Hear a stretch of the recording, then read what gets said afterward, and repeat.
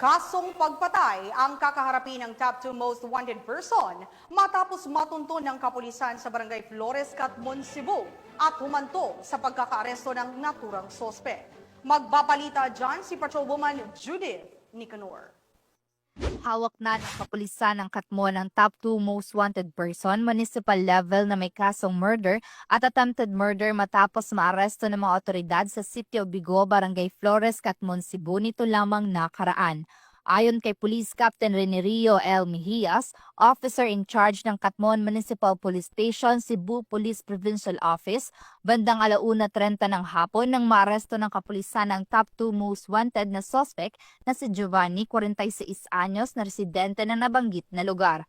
Ang suspect ay inaresto sa bisa ng warrant of arrest para sa kasong murder at attempted murder na inisyo ni Honorable Dina Jane P. Gaceta, Portugal, assisting judge ng RTC Branch 25, Danao City. Ang kasong attempted murder ay may 120,000 na rekomendadong piyansa habang ang murder naman ay wala. Samantala, kasalukuyang nasa kustodiya ng Catmon Male Custodial Facility, Catmon, Cebu para sa dokumentasyon at tamang disposisyon. The arrest is a testament to our continued commitment to maintain peace and order and ensure the criminals that are held accountable for their acts.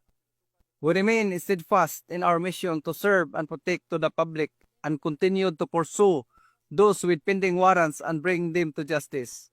In doing so, we also call on the public to be vigilant and continue supporting our efforts by providing information that will aid in the arrest of other wanted criminals.